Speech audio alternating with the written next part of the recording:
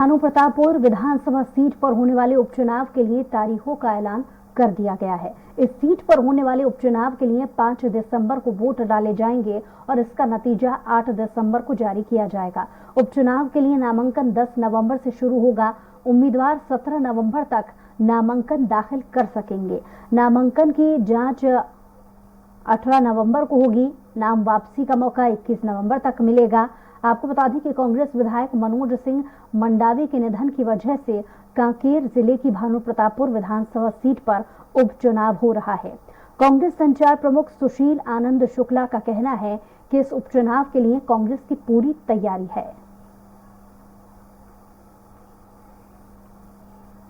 पूर्व उपचुनाव के लिए कांग्रेस पार्टी की तैयारियां पूरी है। हमारे कार्यकर्ता इस उपचुनाव में जाने के लिए पूरी तरीके से प्रतिबद्ध हैं, क्योंकि हमारी सरकार के पिछले 4 साल के किए गए विकास के कार्य, स्वर्गीय मनोज मंडावी जो भानु प्रतापपुर के लोकप्रिय विधायक थे, उनके द्वारा इस क्षेत्र के कराए गए विकास के कार्य, उनकी लोकप्रियता के दम पे हम भानु प्रतापपुर उपचुनाव में जाएंगे। हमें पूरा भरोसा है कि भानु प्रतापपुर की जनता स्वर्गीय मनोज मंडावी को श्रद्धांजलि स्वरूप भानु प्रतापपुर से कांग्रेस पार्टी के प्रत्याशी को प्रचंड बहुमतों से विजयी बनाएगी। और इस पर ज्यादा जानकारी के साथ दिलीप साहू हमारे साथ लाइव जुड़ गए। हमारे संवाददाता दिलीप, जैसा कि उपचुनाव को लेकर के तमाम तैयारियां शुरू हो चुकी हैं, नामांकन को लेकर के क्या अभी तक स्पष्ट हो पाया है कि नामांकन की अंतिम तारीख क्या होगी और क्या गाइडलाइंस इसको लेकर के दिए गए हैं? छत्तीसगढ़ के कांकेर जिले के भानु प्रतापपुर विधानसभा में उपचुनाव होना है और इस उपचुनाव के लिए भारत निर्वाचन आयोग ने आज ही अधिसूचना जारी की है और इसका डेट तय हो गया है। 5 दिसंबर को चुनाव होना है, उसके लिए वोटिंग होगी और फिर 8 दिसंबर को मतगणना होगी और उसी दिन रिजल्ट घोषित कर दिए जाएंगे। इसके लिए जो नामांकन की जो प्रक्रिया है वो 10 नवंबर से शुरू हो जाएगी, जो 17 नवंबर तक चलेगी और इसके बाद फिर नाम वापसी के लिए 21 नवंबर का समय रखा गया है, तय किया गया है। इस तरह से ये पूरी नामांकन की जो प्रक्रिया है वो शुरू हो जाएगी और इसके लिए कांग्रेस और भाजपा दोनों तरफ से अपनी अपनी तैयारियां शुरू हो गई है। कि बता दें कि हाल ही में जो मनोज सिंह मंडावी जो भानु प्रतापपुर के कांग्रेस के विधायक थे और विधानसभा के उपाध्यक्ष भी थे, तो उनके अचानक हार्ट अटैक से निधन के बाद ये जो सीट है वो खाली हुई, इस पर उपचुनाव होने जा रही है। और दूसरा बता दें कि इसके पहले भी 4 उपचुनाव हुए हैं, चारों उपचुनाव पर कांग्रेस को ही जीत मिली है। चाहे चित्रकूट की बात करें, चित्रकूट की जो सीट है वो वहां के जो विधायक बैस थे, दीपक बैज, उनकी जो वो सांसद बन गए थे, तब वो सीट खाली हुई थी, लोकसभा चुनाव उन्होंने लड़े थे।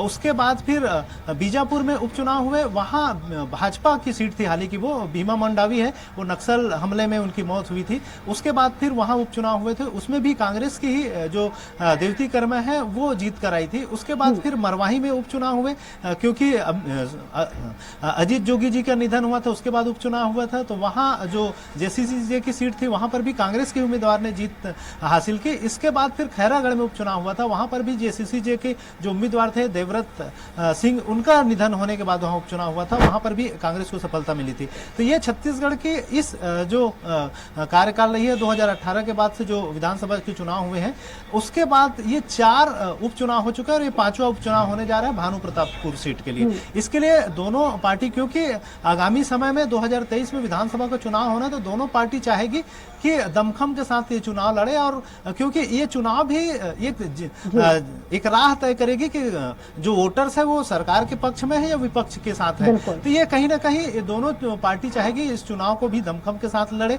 दोनों की अपनी अपनी तैयारियां हैं, भाजपा के भी अपने दावे हैं और कांग्रेस के भी अपने दावे हैं, और इस सीट के लिए जो उम्मीदवारी है उसके लिए भी मंथन शुरू हो गई है।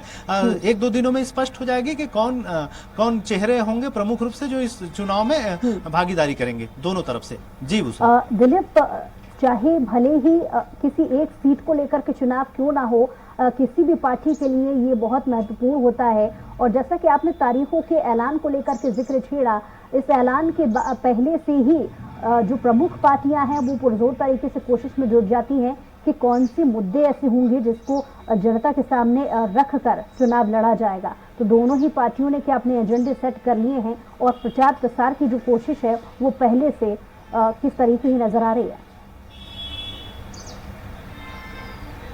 जी बिल्कुल दूसरा बात करें, क्योंकि हाल ही में जब हाई कोर्ट ने जो प्रदेश में 58% आरक्षण था उसको असंवैधानिक करार दिया है, उसके बाद से जो आदिवासी आरक्षण है उसमें कटौती हुई है। तो कहीं ना कहीं ये जो मुद्दा है, क्योंकि भानु प्रतापपुर का जो सीट है वो एसटी सीट है और भानु प्रतापपुर में एसटी बाहुल्य इलाका है और कहीं ना कहीं भाजपा इस जो आरक्षण जो रद्द हुए हैं उसको छत्तीसगढ़ सरकार की नाकामी बता रही है, भूपेश सरकार की नाकामी बता रही है कि उन्होंने अपने जो एजेंडा उन्होंने जिस ढंग से कोर्ट में रखना था वो नहीं रख पाए, इस तरह के वो कारण बता रहे हैं और कहीं ना कहीं इसको मोर्चा खोले हुए। तो भाजपा इसको आदिवासी आरक्षण के मुद्दों को भुनाने का प्रयास करेगी इस चुनाव में। इसके अलावा बेरोजगारी का मुद्दा है या शराबबंदी के मुद्दे हैं और दूसरे मुद्दे को भी भाजपा भुनाने का प्रयास करेगी। वहीं कांग्रेस का यह प्रयास रहेगा कि सरकार ने आदिवासियों के हित में जो काम किए हैं लगातार, चाहे लोहांडीगुड़ा में जमीनों की वापसी का मामला हो या फिर वनोपजों की खरीदी का मामला हो, जो वनोपज 1 दर्जन भर वनोपज खरीदी की जाती थी समर्थन मूल्य में,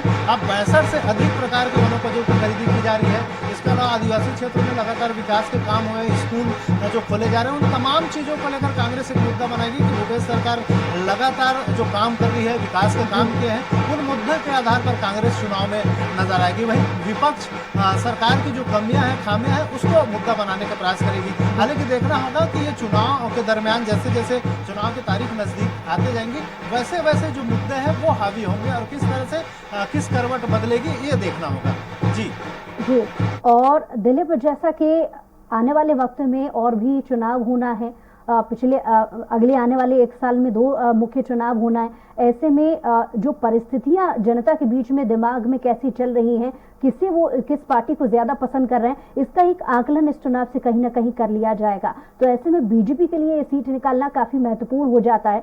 ऐसे में जो मीडिया एनालिसिस के हिसाब से आपकी रिपोर्ट क्या कहती है? जी दूसरा बता दें, जिस तरह से हालात है, क्योंकि वो भानु प्रताप का जो सीट है, भानु प्रतापपुर का विधानसभा का जो सीट खाली हुई वो कांग्रेस के विधायक की ही सीट रही है और साथ ही साथ पिछले 2-3 चुनाव में ये कांग्रेस के पास था। तो कहीं ना कहीं इसका फायदा, और कांग्रेस सत्ता में भी है, तो जितने भी उपचुनाव होते हैं उसमें कहीं ना कहीं सत्ता दल को ज्यादा फायदा होता है, सत्तारूढ़ दल ही के जो प्रत्याशी हैं उनके जीतने के आसार ज्यादा बढ़ जाते हैं। तो कहीं ना कहीं इस सीट को लेकर भी अंदाजा लगाया जा रहा है कि कांग्रेस के पक्ष में ज्यादा आसार दिख रहे हैं, लेकिन फिर भी विपक्ष प्रयास करेगी, क्योंकि 2023 की विधानसभा चुनाव होना है तो भाजपा चाहेगी कि किसी तरह से दमखम के साथ ये चुनाव लड़े और कहीं ना कहीं इस सीट को हासिल करे, ताकि आने वाले समय में जनता का रुख नजर आए और पलटता हुआ नजर आए। क्योंकि अभी जो मौजूदा दौर है वहाँ स्थिति ये है कि 90 में से 71 सीट कांग्रेस के पास है, वहीं बीजेपी के पास महज 14 सीट है और अन्य दलों के पास जो बची हुई सीट है 6 सीट है वही रह गई है। तो भाजपा चाहेगी कि क्योंकि विपक्ष में है और वो सत्ता में वापसी का प्रयास कर रही है, तो कहीं ना कहीं उनका प्रयास रहेगा कि इस सीट को किसी हर हाल में जीतने का प्रयास करेगी भाजपा। इसके लिए सभी तरह के जो जोर आजमाइश है वो लगाएंगी, सभी मुद्दों को कोरजोड़ तरीके से उठाएंगे। भाजपा के जो जितने रणनीतिकार हैं, आप हमारे साथ बने रहिए, आपके पास लौट रहे हैं अगली खबर पर भी।